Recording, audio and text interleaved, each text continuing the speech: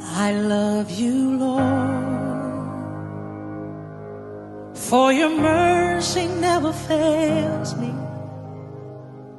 All my days I've been held in your hand.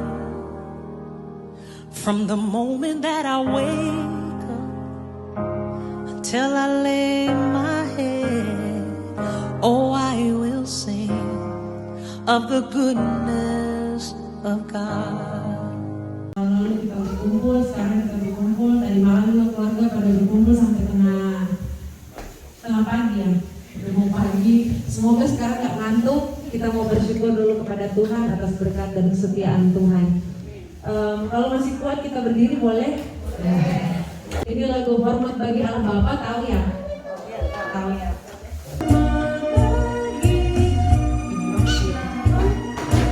Hormat bagi Allah. Yang cewek-cewek rendah gak apa-apa ya.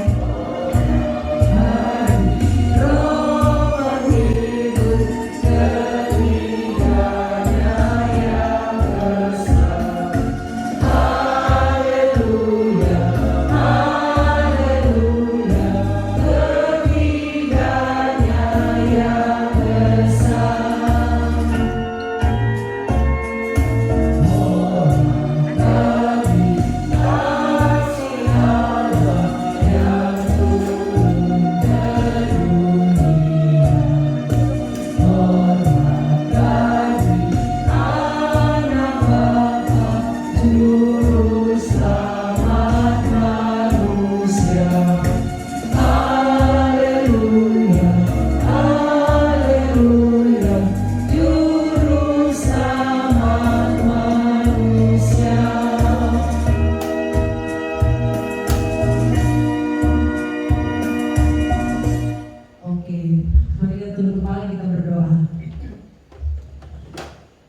Terima kasih Tuhan atas penyertaan-Mu dalam kehidupan kami sepanjang tahun yang lampau. Engkau telah berkati kami di tahun 2022 dan hari ini tanggal 1 Januari tahun 2023. Engkau kumpulkan lagi kami di tempat ini, di keluarga, di rumah keluarga Lantang Senewe, di tempat ini dengan kesehatan, sukacita, keluarga sanak bersaudara berkumpul dengan keadaan yang sehat dan diberkati. Tuhan Yesus, kalau hari ini kami mau buka hari pertama di tahun ini dengan beribadah kepadamu. Kau siapkan hati dan pikiran kami, lawat kami Tuhan, biar kami layak untuk menerima firman-Mu dan pakai kami untuk menjadi alat kebenaran-Mu kemanapun kami pergi dan berada. Saudara-saudara kami yang dalam perjalanan Engkau mau berkati, tibakan di tempat ini, sama-sama kami memuji dan memuliakan nama Tuhan dan berfellowship bersama. Di dalam nama Tuhan Yesus kami berdoa, amin.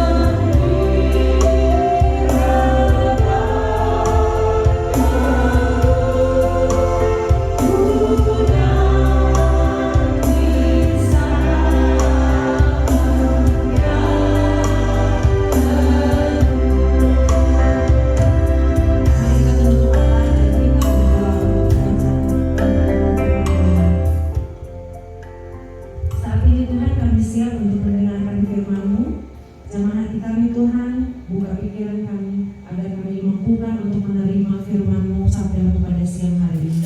Lebih daripada itu Tuhan, mampukan kami untuk melaksanakan setiap firman yang akan kami dengarkan hari ini dalam kehidupan kami hari lepas hari. Karena kami percaya dan kami yakin Tuhan, Engkau yang firman-Mu yang menuntun hidup kami, sehingga kami ada sampai hari ini dan kami yakin akan terus diberkati hari ini dan seterusnya Tuhan. Kami sambut firman-Mu, Engkau juga berkati yang akan menyampaikan firman-Mu, Bapak Weli Sondak, Engkau memberikan dia urapan dari surga Tuhan, biar dia hanya berkata-kata sesuai dan diturunkan dengan kehendak-Mu. Kami sambut pembacaan firman di siang hari ini, di dalam nama Yesus kami berdoa. Amin. Shalom. Selamat siang dan tentunya hari Minggu pertama di tahun yang baru, tahun 2023. Kita awali dengan ibadah syukur.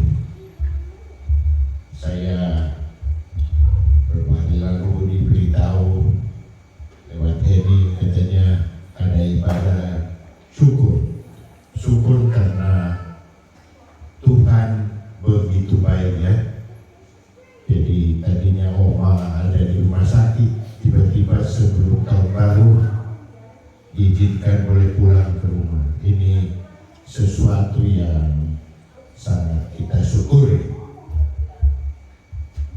Nah, kita kurang lebih sejak tahun 2020 kita mengalami pandemi, sehingga dengan PPKM kita nggak boleh kumpul-kumpul, semuanya diatur. Tapi kita bersyukur pada akhirnya Bapak Jokowi sudah menghapus PPKM, sehingga kita gereja umat Tuhan dapat berkumpul kembali, dan ekonomi juga diharapkan bisa pulih, walaupun Pak Jokowi sudah memperingatkan supaya tetap berhati-hati pada tahun 2023 karena krisis akibat dari pandemi belum berakhir, dan perang Rusia dengan Ukraina kita tahu dengan ancaman perang nuklir, terjadi krisis energi. Kita di Indonesia kepanasan, tetapi di Eropa sangat dingin dan bahan bakar tidak disuplai oleh Rusia, sehingga beberapa negara sangat ketakutan tidak ada pemanas listrik. Maka ini harus benar-benar kita syukuri. Selama tahun yang lampau ada beberapa keluarga, sahabat, saudara kita yang dipanggil Tuhan akibat dari COVID maupun penyakit yang lain. Nah, sebab itu maka memasuki tahun 2023 kita perlu bijaksana. Nah, bijaksana dengan cara bagaimana? Bijaksana dengan mencari petunjuk dari Tuhan lewat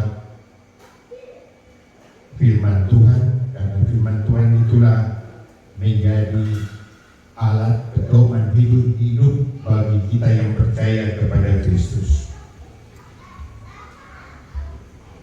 Nah, hari ini kita akan membaca di dalam 1 Tesalonika pasal yang kelima. 1 Tesalonika pasal yang kelima ayat 15 sampai ayat yang ke-18. Perhatikanlah supaya jangan ada orang yang membalas jahat dengan jahat, tetapi usahakanlah senantiasa yang baik terhadap kamu masing-masing dan terhadap semua orang. Bersukacitalah senantiasa, tetaplah berdoa, mengucap syukurlah dalam segala hal. Sebab itulah yang dikehendaki Allah di dalam Kristus Yesus bagi kamu semua. Jadi dari ayat yang ke-15 ini dikatakan jangan ada orang yang membalas jahat dengan jahat. Berarti kita harus pertama harus mampu melupakan yang di belakang kita. Apa yang sudah terjadi di tahun-tahun yang lampau ini harus kita lupakan.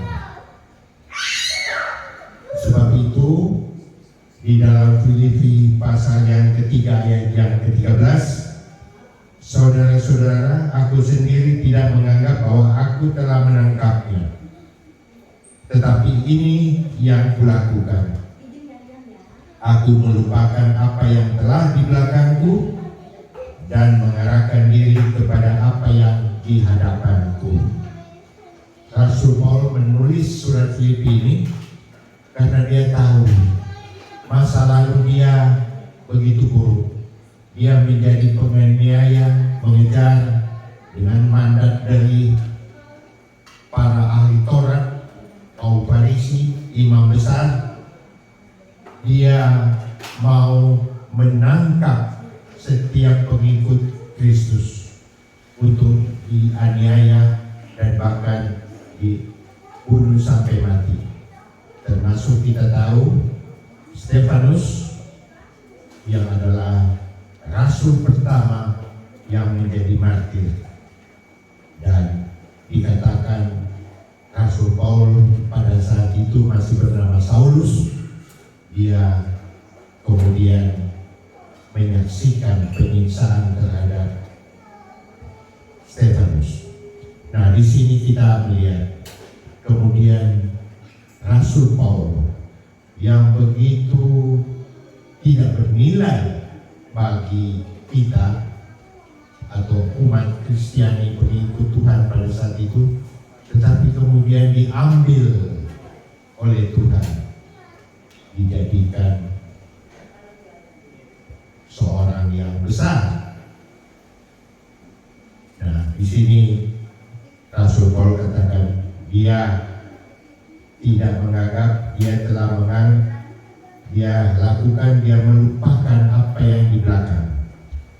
Berarti saya sudah berapa kali menyampaikan di tempat ini, yang perlu kita lupakan pertama adalah perbuatan baik yang sudah kita lakukan.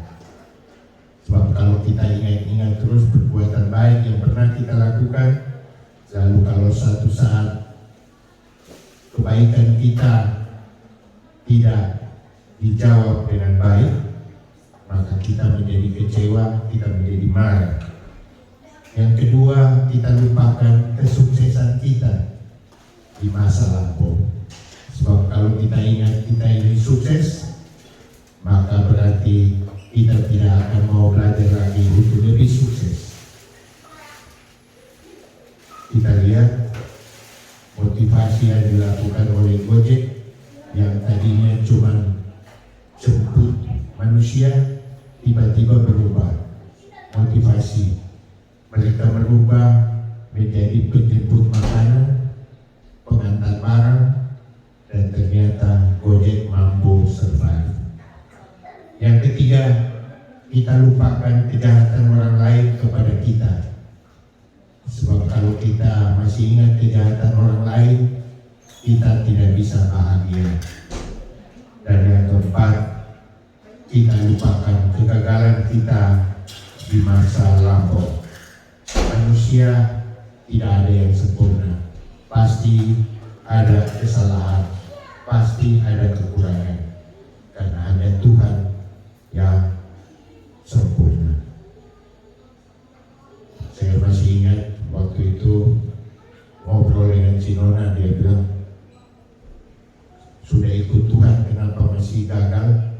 Saya bilang, ya, Musa sendiri sudah 40 tahun belajar ilmu dunia di Mesir, di kerajaan Mesir, 40 tahun belajar Taurat di padang gurun, dan akhirnya 40 tahun dipimpin oleh Tuhan. Tetapi ternyata dengan yang begitu luar biasa 40 tahun di padang gurun, ternyata Musa pun tidak mampu untuk mencapai Kanaan. Dia harus menanti sampai pada saat Tuhan sedang berdoa, dikatakan mungkin berdoa di satu bukit.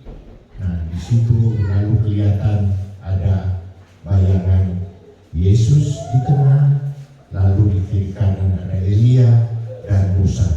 Berarti Musa menunggu Yesus baru bisa masuk ke Kanaan. Hal yang kedua yang kita baca dari pembacaan Tesalonika tadi adalah bersukacitalah senantiasa. Kenapa kita harus bersukacita? Banyak orang sampai hari ini tidak tahu kalau orang kena kanker misalnya, apa penyebab penyakit kanker. Ada yang bilang karena efek hormonal, ada yang bilang karena efek radiasi, ada yang bilang karena polusi, ada yang bilang karena minum susu terlalu banyak, sehingga hormon yang mestinya buat sapi yang untuk berkembang, tetapi kita orang dewasa minum susunya sapi, sehingga sel-sel kita katanya berkembang berbiak terlalu cepat, seperti yang tujuan daripada anak sapi menyusui induknya, sehingga sel-sel itu berkembang terlalu cepat sehingga satu saat membelah diri tidak sempurna, sehingga lalu kemudian berubah sifatnya menjadi sel yang tidak terkendali atau menjadi ganas.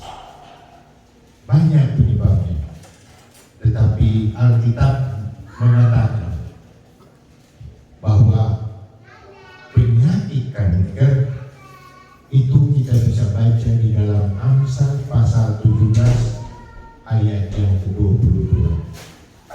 Amsal 17 ayat yang ke-22 berkata apa? Masih ingat? Amsal 17 ayat yang ke-22. Hati yang gembira adalah obat yang manjur, tetapi semangat yang patah mengeringkan tulang. Jadi kunci untuk hidup sehat adalah hati yang gembira. Nah, bagaimana supaya hati bisa gembira? Mungkin ada yang bikin keliru, mungkinkah kita bisa bergembira? Maka Tuhan bilang kita harus menerima Dia, sehingga kita bisa berdamai dengan Allah, peace God, berdamai dengan Allah. Kita menerima damai sejahtera Allah, sehingga kalau ada damai sejahtera Allah di dalam hati kita, di dalam, maka kesukaran, kesulitan yang kita hadapi tidak akan mampu mengoncangkan kita untuk kita boleh kemudian kehilangan sukacita.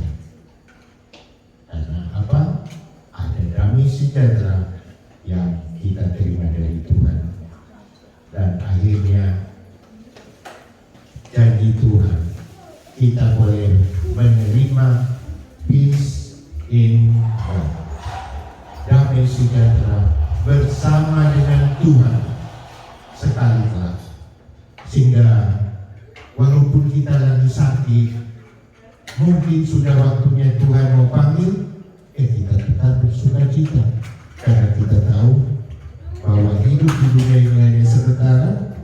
Kita satu kali kelak akan ada bersama-sama dengan Tuhan di surga. Sehingga dalam keadaan sakit pun, penantian, kita tetap ada sukacita.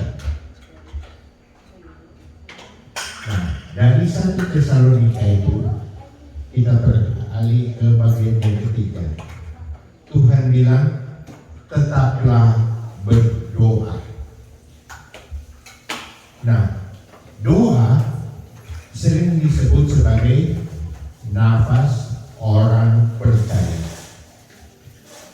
Kenapa kita harus berdoa?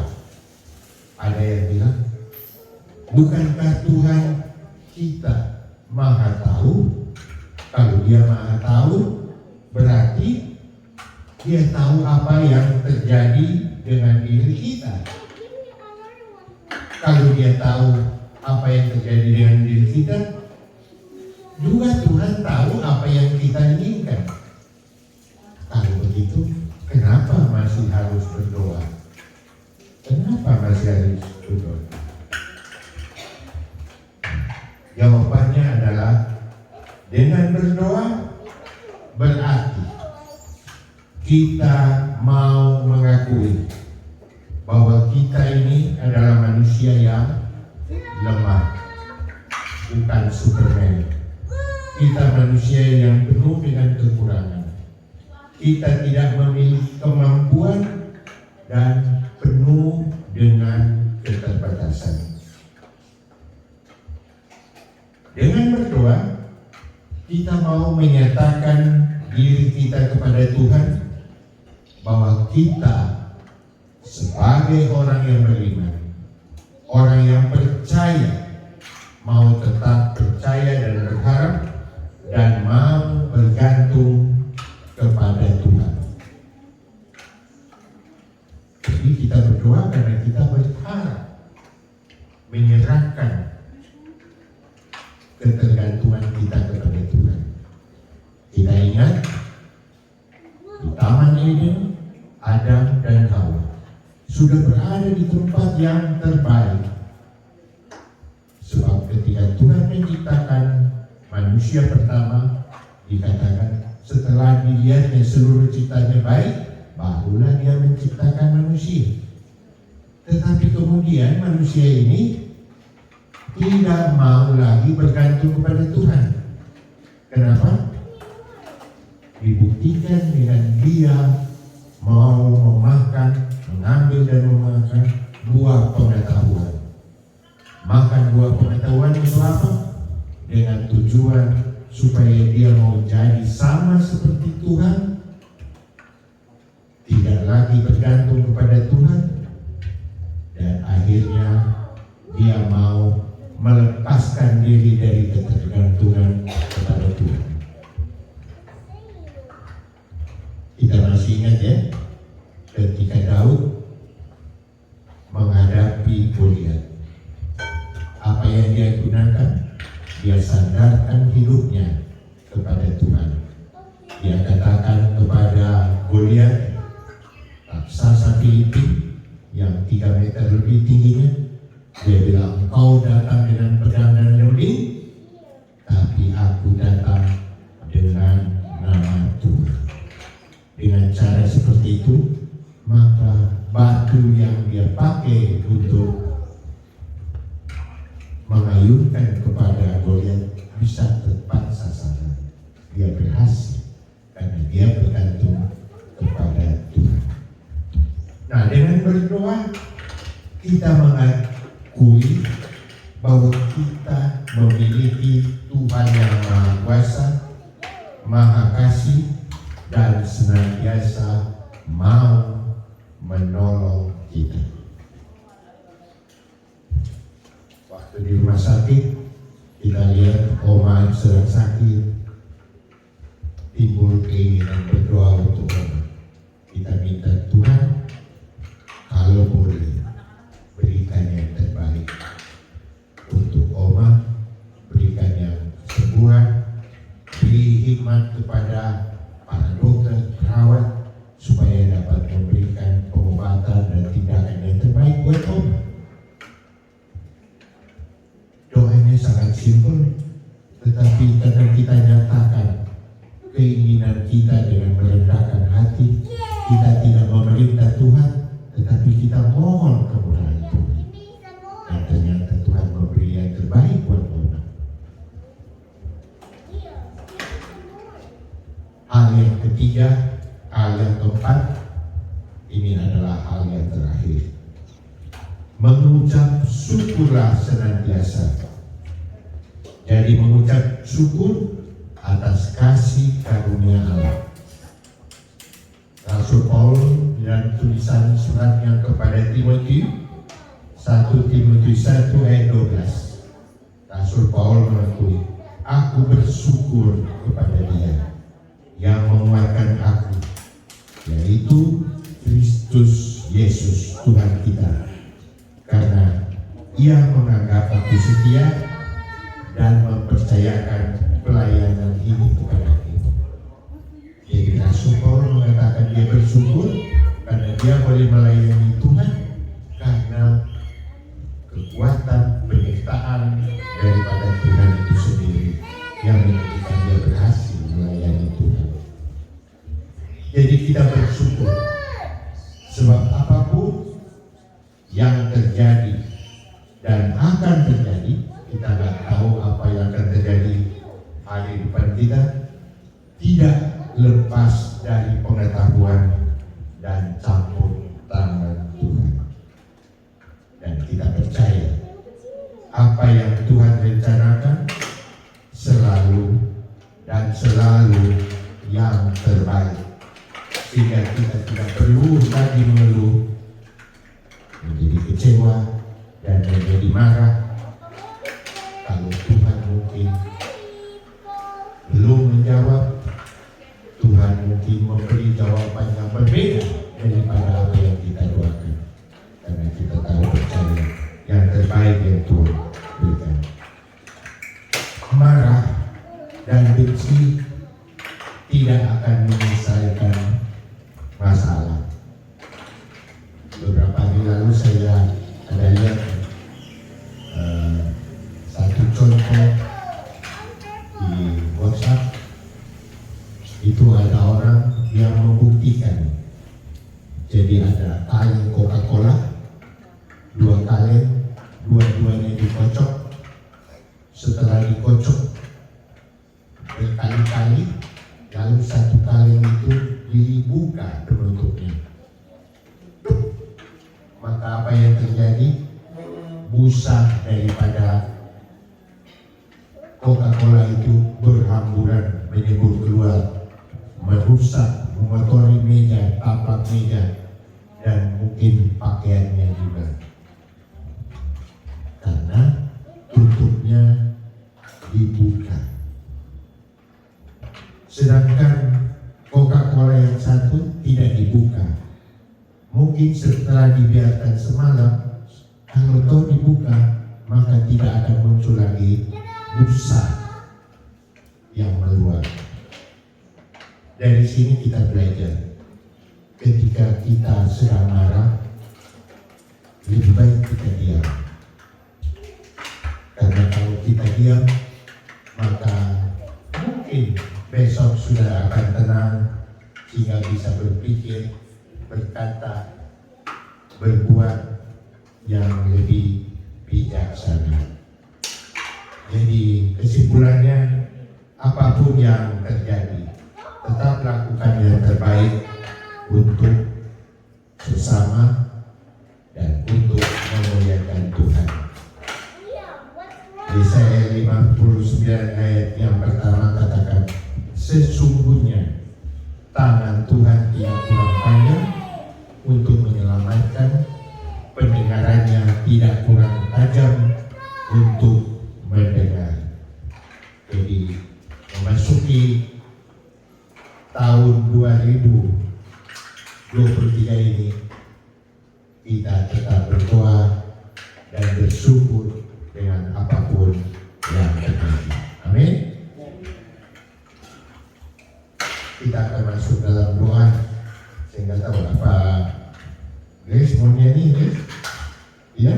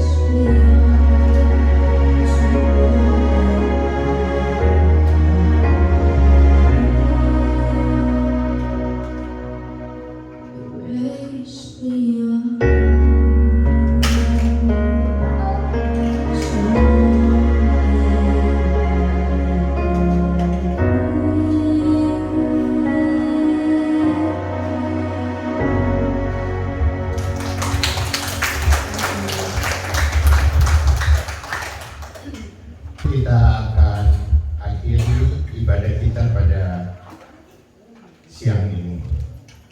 Saya undang kita bangkit berdiri.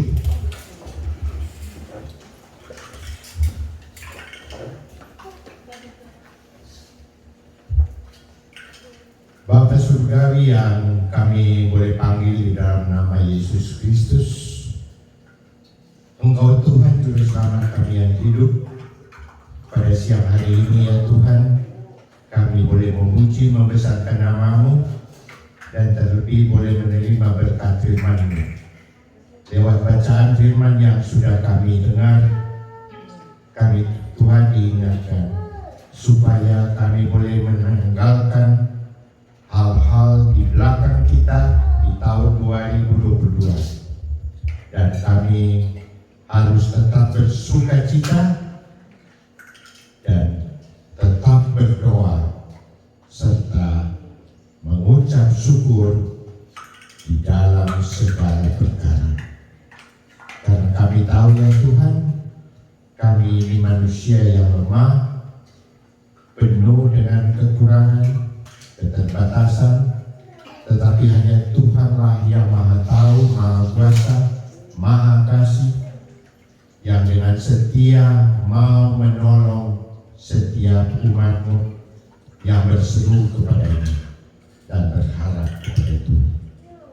Kiranya Tuhan Engkau meteraikan berkat firman yang sudah kami dengar, supaya perjalanan kami di tahun 2023 akan berkenan kepada Tuhan, akan memuliakan Engkau, dan kami yakin percaya akan berhasil karena campur tangan dan berkat daripada Tuhan. Secara khusus ya Tuhan, kami mau tetap berdoa untuk Oma Asia. Tuhan, di tengah kelemahan, kesakitan, tetapi pengharapan kami tetap kepada-Mu Tuhan. Kami bersyukur bahwa beliau sudah boleh ada di tengah-tengah kami memasuki tahun 2023. Kami Tuhan, sebagai manusia yang penuh keterbatasan, tentu saja hanya mau berdoa, biarlah Tuhan Engkau mau menjamah kekasih kami ini, memberi dia kekuatan dan kesembuhan ya Tuhan. Sebagai manusia seperti mustahil, tetapi bagi Tuhan kami percaya tidak ada satu perkara pun yang mustahil bagi Tuhan.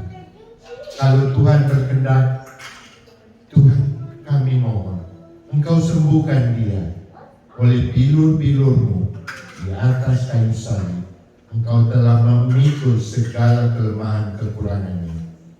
Sebab itu Tuhan, kami rindu dia boleh pulih kembali sebagaimana sedia kala.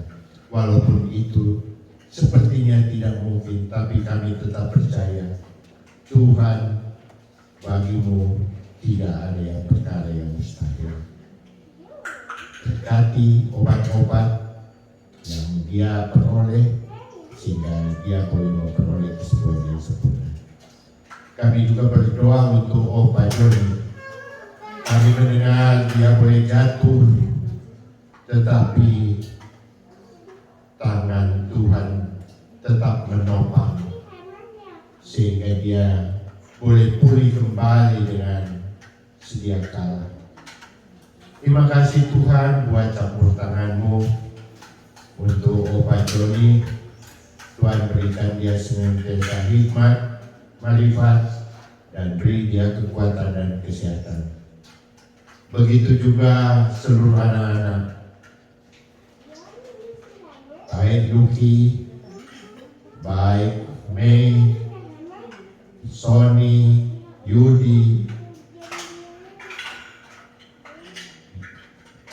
biarlah Tuhan bersama dengan cucu-cucu, dengan anak-anak dan cucu-cucu, dimanapun mereka berada, yang dalam pendidikan Tuhan jaga, dalam rumah tangga Tuhan beri kerukunan dan kedamaian.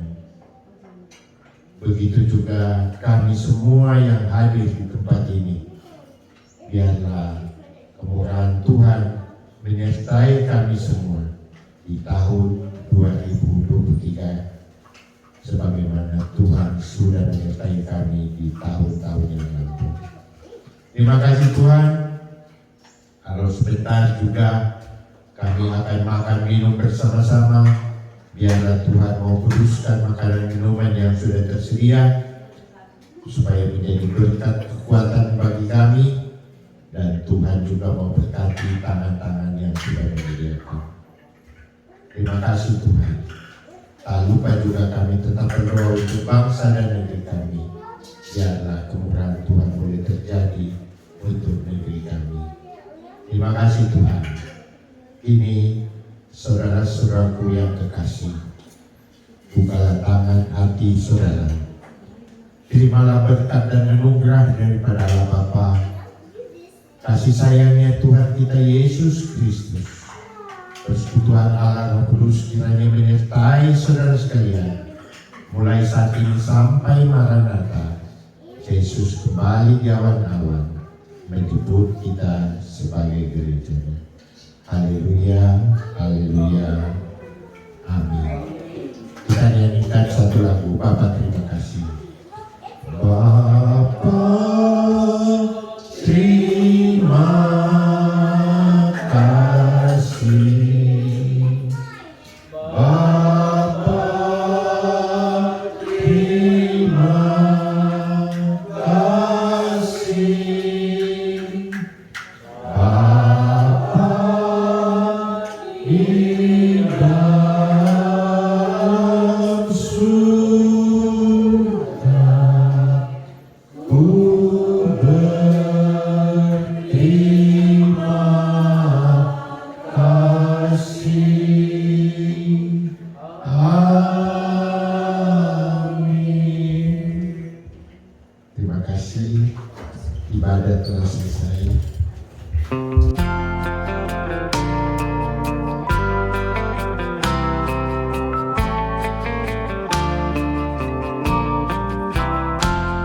We wish you a Merry Christmas. We wish you a Merry Christmas. We wish you a Merry Christmas and a Happy New Year. Now bring us some figgy pudding. Bring us some figgy pudding. Now bring us some figgy pudding and bring it right here. We wish you a Merry Christmas. We wish you a Merry Christmas. We wish you a Merry Christmas and a Happy New Year. We won't go until we get some. We won't go until we get some. We won't go until we get some. So bring it right now. We wish you a Merry Christmas. We wish you a Merry Christmas. We wish you a Merry Christmas